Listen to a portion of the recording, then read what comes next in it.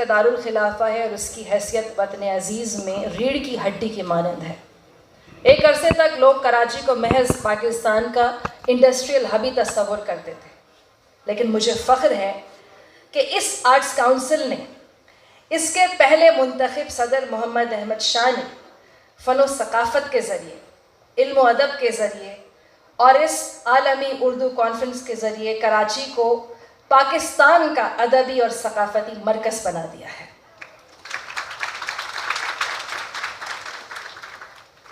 14 बरस हो गए इस कॉन्फ्रेंस को और ये बात पूरे कराची और पूरे पाकिस्तान के लिए बाइस इज़्ज़ो इफ्तिखार है कि उर्दू के हवाले से ये दुनिया की सबसे बड़ी कॉन्फ्रेंस है और इससे बड़ी उर्दू की कॉन्फ्रेंस और कुर्रे अर्ज़ पे नहीं होती।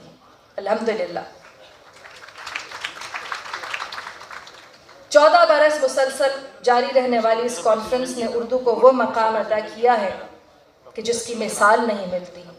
अहबाब बहुत बेचैनी से सारा साल इस कॉन्फ्रेंस का, इस इवेंट का इंतज़ार करते हैं और ये 4 रोज़ा आलमी उर्दू कॉन्फ्रेंस पाकिस्तान का नाम दुनिया भर में रोशन करती है। हालात मुवाफिक हों या ना हो, कोरोना का लॉकडाउन हो या ना हो, कुछ भी हो, आर्ट्स काउंसिल ने बिला तात्तुल इस कॉन्फ्रेंस का इनेकाद किया, जिसके लिए मैं आर्ट्स काउंसिल के सदर और आलमी उर्दू कॉन्फ्रेंस के बानी मोहम्मद अहमद शाह का शुक्रिया अदा करती हूँ।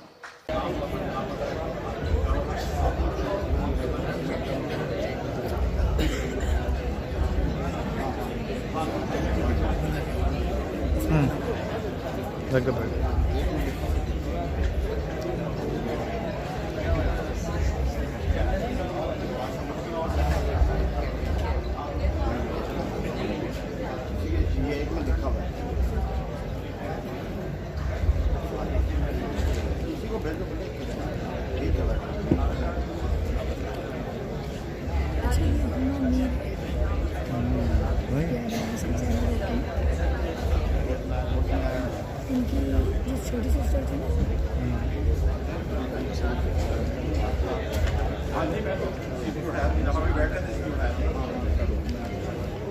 आपके लिए बनाई है।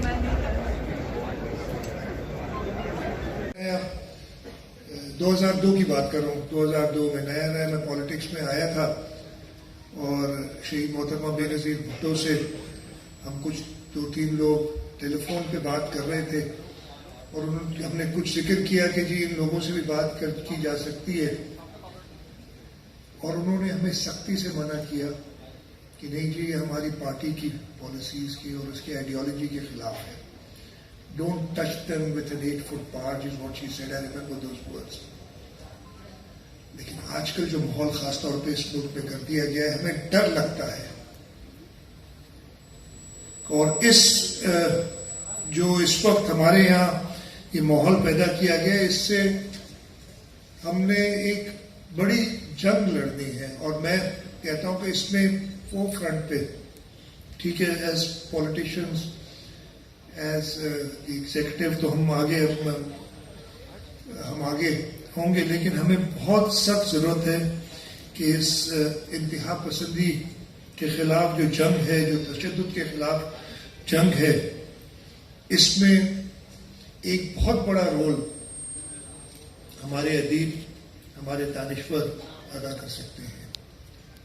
ये सारे जो मौके मिलते हैं, मेरा ख्याल है बड़ी अच्छी बात है कि हम ये कॉन्फ्रेंसेस करते हैं। हमारी अनफॉर्चुनेटली अभी अगर आप टेलीविजन भी देखें, वो जो प्राइम टाइम कहलाते हैं 7 बजे से लेके रात को 11-12 बजे तक, जो लोगों को टाइम होता है, जो पेशावर लोग होते हैं जिनको टाइम होता है वो टेलीविजन देखने का, उसमें भी हम वही इंतहा पसंदी, कभी मैंने नहीं देखा कि ये प्राइम टाइम में 7 से 12 के दरमियान कोई ऐसे टेलीविजन शोज हों जो कि हमारी यंगर जनरेशन को अदब की तरफ, लिटरेचर की तरफ मायल करें।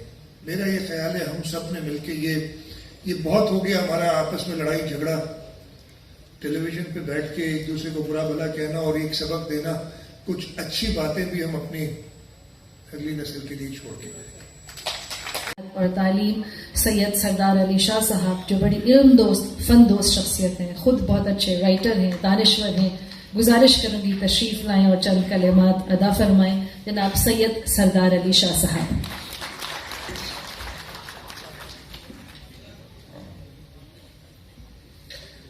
अब तो मुझसे शायर हो गया है तो मुझे भी शायरी से शुरू करना पड़ेगा।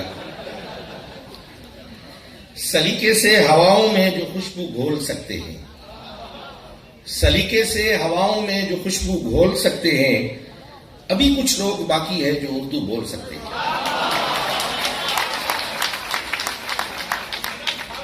स्टेज पे बैठे हुए honourable chief minister Murad Ali Shah साहब, वन मैन आर्मी अमन शाह साहब, मेरे भाई एडमिनिस्ट्रेटर कराची मुर्सा वाब साहब और सारे मेरे असातिज़ा जितने भी बैठे हुए हैं, मैं किन किन के नाम लूं। और मेरे सामने भी एक बड़े हसीन खूबसूरत लोगों की कहकशां है, सबको मेरी तरफ से हक मौजूद। मैं मुबारकबाद देता हूं सबसे पहले शाह साहब को कि उन्होंने मुस्तकिल मिजाजी के साथ 2008 में जो सफर शुरू किया था उसको जारी रखते हुए आज 14वीं आलमी कॉन्फ्रेंस मुनक्किद की है। मुझे इस बात का अंदाजा है कि उर्दू बोलने वाले, उर्दू से मोहब्बत करने वाले, उर्दू में लिखने वाले का ये दुनिया का सबसे बड़ा मेला है। उर्दू ने कहां जन्म लिया, उर्दू कहां पैदा हुई, हम मुख्तलिफ मौक़िक़ीन की आराय पढ़ते आए हैं। किसी ने कहा वो हैदराबाद दक्कन में उसने जन्म लिया, किसी ने लिखा कि वो दिल्ली और उसकी गर्द नवाह में पैदा हुई, कुछ मौक़िक़ीन ने कहा कि वो पंजाब में पैदा हुई, जो मामून शिरानी साहब का जो था। सुलेमान नदवी साहब ने कहा कि वो सिंध में पैदा हुई। अब हमें पता नहीं है कि उर्दू की पैदाइश कहां हुई, मगर इतना यकीन है कि बरसगीर की जितनी भी जबानें हैं, कौमियतें हैं, उनकी बोलने वाली जबानों ने मिलकर उर्दू को जोड़ा है, उनने मिलकर उर्दू को जन्म दिया है। आज यकीनन उर्दू, जो तारिक रहमान साहब ने बातें की, मैं बड़े गौर से सुन रहा था, उसमें काफी हकायक भी थे उन चीजों में, बातों में। मगर आज सबसे बड़ी बात उर्दू के लिए है, सबसे बड़ी आजमाइश उर्दू के लिए है कि जिन जबानों ने उर्दू को पैदा किया, उर्दू को एनरिच किया, उर्दू से मोहब्बत की, आज उर्दू को वापस लौटना है, उर्दू को पश्तो से प्यार करना है, पंजाबी से प्यार करना है। सराइकी जो सदियों से जाग रही है, सराइकी को सुलाना है लोरी देके, सिंधी से प्यार करना है और सिंधी को भी अपने गोद में लेना है। हम समझते हैं कि जो बिल अभी भी सेनेट में वो पड़ा हुआ है, नेशनल असेंबली में, कौमी जबानों को नेशनल लैंग्वेजेस डिक्लेयर करने का, उस हवाले से भी आवाज़ खुशकिस्मती है। मैं समझता हूँ ये अच्छी बात है, फखरिया बात है कि अब आर्ट्स काउंसिल से हमेशा आलमी उर्दू कॉन्फ्रेंस से ये आवाज़ उठती रही है। मगर शाम ही तो है, तो इंशाअल्लाह जो भी शाम है उसका इख्तिताम रात के बाद जरूर होगा। और आप सब नहीं तो हमारे बच्चे, उनके बच्चे, अभी भी हमने उम्मीद नहीं छोड़ी है तो इंशाल्लाह एक अच्छा वक्त, एक अच्छा जमाना जरूर देखेंगे।